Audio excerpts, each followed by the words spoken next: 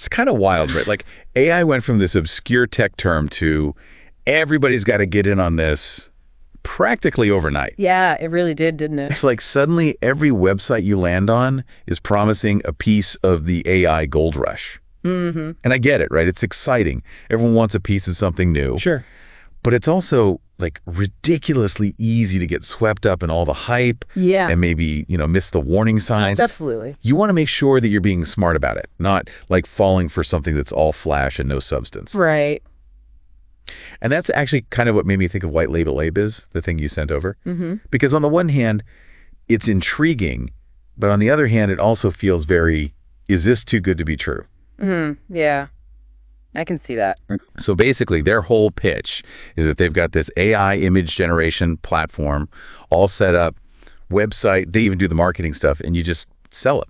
Yeah, like the whole thing, just add water and stir, So it's like a pre-packaged business, kind of? Exactly, like a business in a box deal, but with, AI sprinkled on top. Right, right. It's that whole selling shovels during a gold rush idea, which, I mean... It's classic, right? It is classic. And the thing about that is sometimes the shovels are the smart move. For sure. But then sometimes, well, let's just say it's more about someone else cashing in on the frenzy than about, helping you strike gold. Yeah. Yeah. Okay. So true.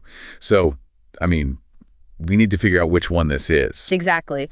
I think one of the first things that really stands out to me, at least just from looking at like their website and stuff, is how much they're pushing this whole "we do it all for you" angle. Oh, 100%. It seems like it's really targeted towards people who maybe aren't like super tech savvy, right? But they see the words AI and passive income and they're like, sign me up.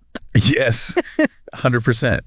It's all about AI making money for them, right? Yeah. Like they don't have to do anything, just watch the cash roll in. And I mean, there's nothing inherently wrong with this idea of like white labeling. It's done all the time. Businesses get up and running quickly that way. Yeah. But, and this is important, there are always trade-offs. What do you mean? Well, you're essentially like renting their product, their brand, all of it. You just slap your name on it, but you have very little actual control. And that makes it really hard to actually differentiate yourself in the long run. So it's kind of like they hand you a storefront. It's all decorated. Everything's there.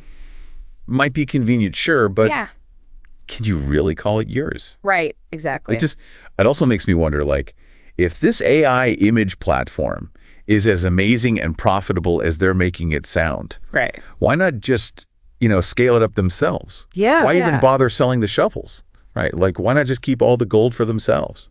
Yeah, that's a really good question. And I think if we kind of break down their sales tactics a little bit, you'll start to notice some patterns. Oh, yeah. Like what?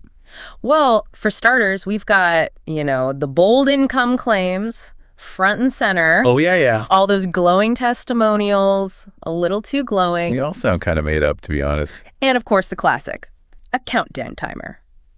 Like, this offer expires tomorrow. It's very buy now before it's too late. It's giving very much late night infomercial energy. 100%, yes. It's all carefully designed to, to discourage you from actually, thinking critically. Oh, totally. Like, don't think, just buy. Precisely. And while, yes, they are using like well-established principles of marketing psychology, it should still give you pause. Like, what do they have to hide? Well, it's more like if the product is actually that great, why do they need all the bells and whistles? Right. If it's the best thing since sliced bread, shouldn't it speak for itself? Exactly. It's all a little bit smoke and mirrors, isn't it? Like, distract you with the shiny things and hope you don't look too closely. It does make you wonder, yeah. I mean, that's not to say there couldn't be some value here. Yeah. Right. It all depends on what you're actually hoping to get out of it. Okay. Yeah, that's fair. Like, let's say, hypothetically, you already have an existing business, right? Mm-hmm. And you want to, like, add something kind of trendy to your offering, something AI powered. This could be an easy way to, like, test the waters without building something from scratch. Right. Like, you're not trying to reinvent the wheel. You're just adding a bell or a whistle to it. Exactly. But even then, you definitely want to, like, read the fine print very carefully. Oh, absolutely. Always read the fine print. Speaking of which, have you seen the fine print on this thing? It's not exactly easy to find, is it? It's like they've buried it in a digital vault somewhere. Yeah, and that's always a little bit of a red flag in my book. Right. Like, what are they hiding? Exactly. And then when you do finally manage to unearth this elusive fine print, Yeah. a few things kind of like jump out at you. Like what? Well, for example, once you're locked into this whole business in a box deal, they actually control the pricing. Ooh, really? Yeah, which means so much for setting your own rates, Russ. Yeah, that's not very be your own boss of them. Exactly. And it's not just the pricing, you know. What else? Think about the technical side. You are totally dependent on their platform. Oh, right. Which means any updates, any glitches, They're stuck with it. you're along for the ride, for better or worse. That's a scary thought. It is. And let's not forget, they don't exactly go out of their way to emphasize that earnings are not guaranteed. They don't, do they?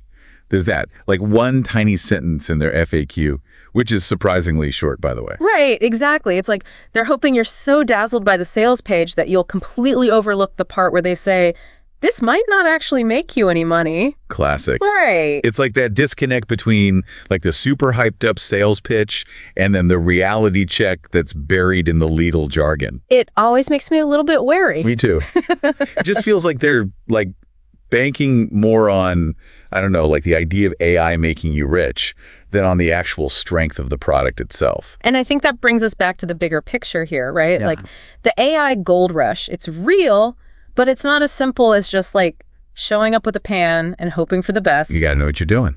Exactly. You need to know what you're looking for and, more importantly, what you bring to the table. Because, I mean, a business in a box sounds great in theory, right? Mm-hmm. But in reality, don't the businesses that really thrive figure out how to, like, carve out their own unique space? 100%. It's about solving real problems, not just jumping on the latest bandwagon. It's about being the solution, not just another person selling the same solution as everyone else.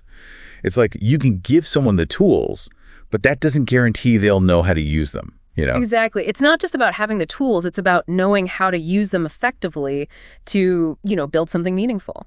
So basically, this whole AI gold rush, it's not just about, like, finding the gold. It's about knowing what to do with it once you've found it. That's a great way to put it. And I think that's a really important takeaway for anyone listening, right? The real opportunity with AI, it's not about grabbing onto the shiniest prepackaged solution and calling it a day. Okay. It's about figuring out what you can do better, what unique value you bring to the table, and how AI can help you do that. Yeah, that makes sense. So it's less about, like, following the herd and more about being, like, a strategic prospector, right? You got to find where the real opportunities are. Exactly. And often that starts by like shifting your perspective a bit. How so? Instead of asking yourself, how can I make money off this AI thing?